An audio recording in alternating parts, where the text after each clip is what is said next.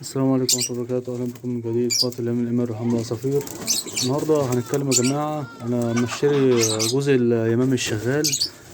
بيتأخر ليه في الشغل، بيتأخر ليه في البيض، بيتأخر ليه ما يبيضش عنده ويشتغل، مع إنه كان شغال مثلا عند زميلي أو عند التاجر أو عند صاحبي أو كان شغال عند صاحبه اللي بحولي قال لي شغال عندي، سواء أنت شوفته بعينيك شغال أو مش شغال. في برضك عدة أسباب لكده.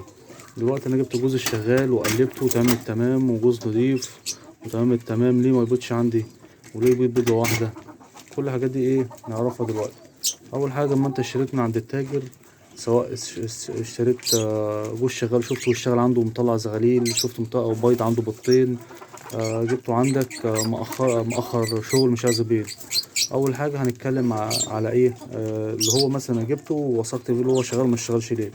طبعا ما اشتغلش ليه، نقلته بقفصه ممكن يشتغل عندك، ما نقلتوش بقفصه ده بياخد بقى وقت في ايه، اللي هو ياخد على المكان، اللي هو ياخد على جو الجديد المناسب ليه. اذا كان مثلا في قلق، في ماسكه كتير من صاحبه، كل شويه امسك النتايه، كل شويه امسك الذكر، الكلام ده كله طبعا بيأخر ايه الانتاج بتاعه او البيض بتاعه. ممكن يكون خايف من حاجه، ممكن مثلا انت مقلل من عنده الاكل، ممكن يكون ضعف شويه، ممكن اول ما جه ما اكلش كتير زي ما كان بياكل عنده، بيبتدي يزوف ويبص في القفص كل ده. دي عوامل بسيطه ما فيهاش اي مشكله. ايه بقى نعمل له ايه عشان يقدر ياخد على المكان؟ اول حاجه انت اطمنت عليه جوز شغال وتم التمام وثقت فيه، هتسيبه. مش كل شويه تفتح عليه، مش كل شويه تبص عليه، مش كل شويه تمسك الذكر تقلبه او النتايه تقلبها، وسعت ما وسعتش، ضعيفه مش ضعيفه، شغاله ولا.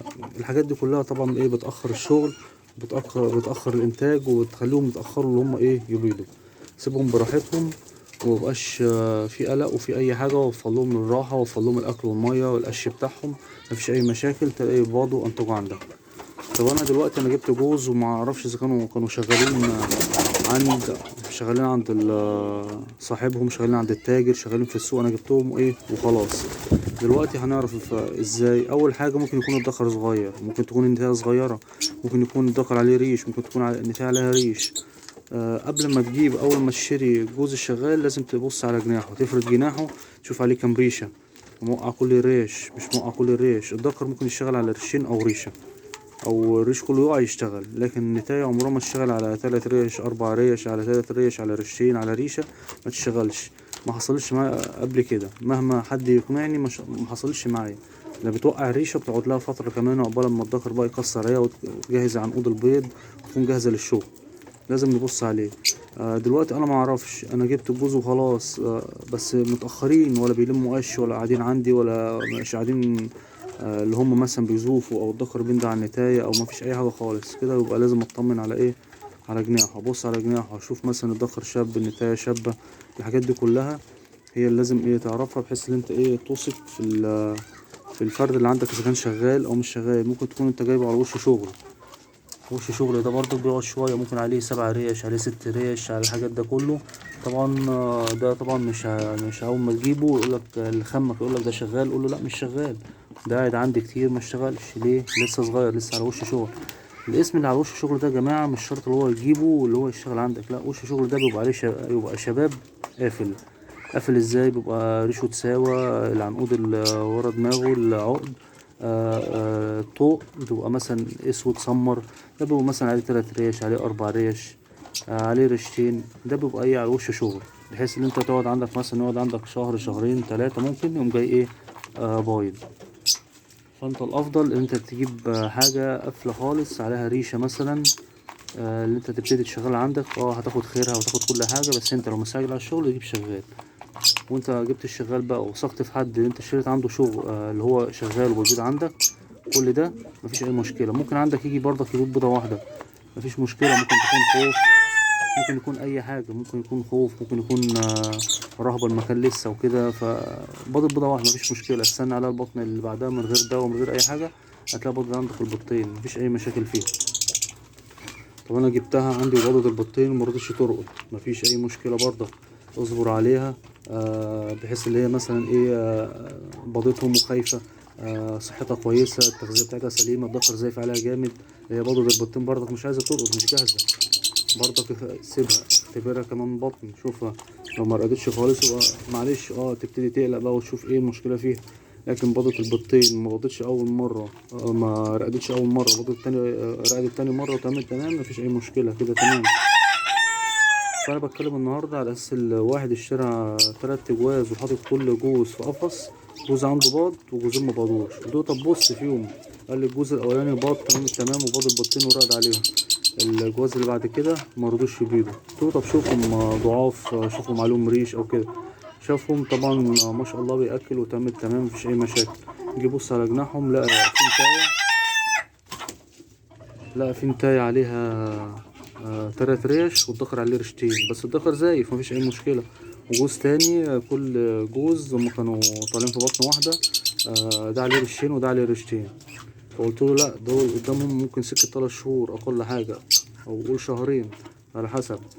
فقال لي اعمل ايه؟ قلت له اللي انت جايبهم طبعا منه، ولا تقول له لا اما تصبر عليهم، مش وحشين يعني، صورهم لي ما شاء الله تمام وشغالين مش اي مشكله فيهم. قال لي فعلا انا حاطط لهم القش وحاطط لهم كل حاجه، بس مفيش ولا الدكر ممكن يزوف شويه ويقف. طبعا الدكر الشاب القافل ما بيزوفش زي الدكر الشغال، الدكر الشغال مع نهار بيزوف، الدكر الشاب القافل تلاقيه ايه يزوف شويه ويسكت، يزوف شويه ويسكت، مش زي الدكر ايه الشغال اللي مع نهار ويجري ورا النتايه ويضرب فيها لحد ما تبيض او يقعد في ركن ويقعد ينده عليها. ده بيبقى الشغال القافل، لكن الشباب بيبقى ايه ضعيف في الصوت بتاعه شويه.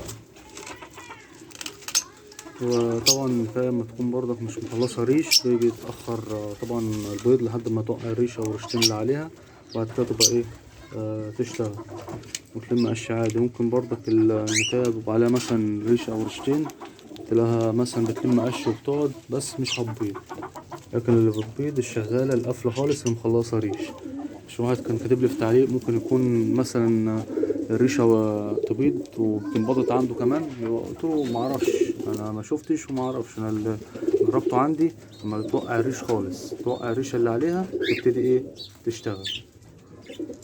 لازم تكون موقعة الريش كلها 9 ريش يقعوا وتلاقي صحتها كويسة زي كده، وتلاقي قفلت وتلاقيها بدأ الدكر يندى عليها بتروح له، بدأ يكسر عليها، بدأ يزوف عليها، الكلام ده كله تلاقيها ايه ما شاء الله عليها، يعني حاجة زي كده يعني زي ما بيقولك وردة واقفة دي ايه تبتدي ايه تشتغل. طبعا عرفنا يا جماعة لو حد جاب جوز شغال وما اشتغلش عنده يبص أول حاجة على صحته، تاني حاجة على الريش بتاعه، يكون عليه ريشة ريشتين 3، كل ده بيأخر في الشغل. اما واحد يقولك ده على وش شغل ما تستنظرش منه شغل، ده لسه قدامه برضك ايه على حسب الريش بتاعه، ممكن عليه ريشتين، ممكن عليه 3 ريش، عليه 4 ريش، برضك ما تفتكرش ان انت هتاخده ايه ويشتغل معاك. ماشي يا جماعة، عشان ايه ما نجيبش الجوز الشغال واستنظر اللي هو يشتغل وما يشتغلش وتظلم اللي امام معاك. انت عايز تصبر عليه جبته وخلاص، عايز تصبر عليه وعايز تجيب جوز تاني مفيش اي مشكلة، مفيش اي مشكلة. طبعا هتاخد خيره فعلا وهيشتغل عندك اول بطن تبقى بتاعتك، مش هيأخر معاك بقى في البيض وخد على المكان وتم التمام مع الشهرين عندك، بحيث اللي هو ايه اول ما يقع الريش هيبتدي ايه يشتغل على طول وبيض على طول، وتاخد الانتاج منه سواء جوز او جوزين او 3. عايز انت بقى مستعجل على الشغال تشتري بقى الشغال مفيش اي مشكلة، بس تاخد بالك بقى منه من الريش وتاخد بالك من الصحة بتاعته وتتأكد من الكلام ده كله اللي احنا قلناه في الفيديو. طبعا ما تنسوش بقى اللايك والشير والاشتراك في القناة لو وصلت كل جديد. في اي حاجة اكتبولي في تعليق، احتجت رقم الواتس تبص على حاجة تصور لي حاجة مفيش اي مشكلة. وشكرا ليكم وشكرا على تعليقاتكم، والسلام عليكم ورحمة الله وبركاته.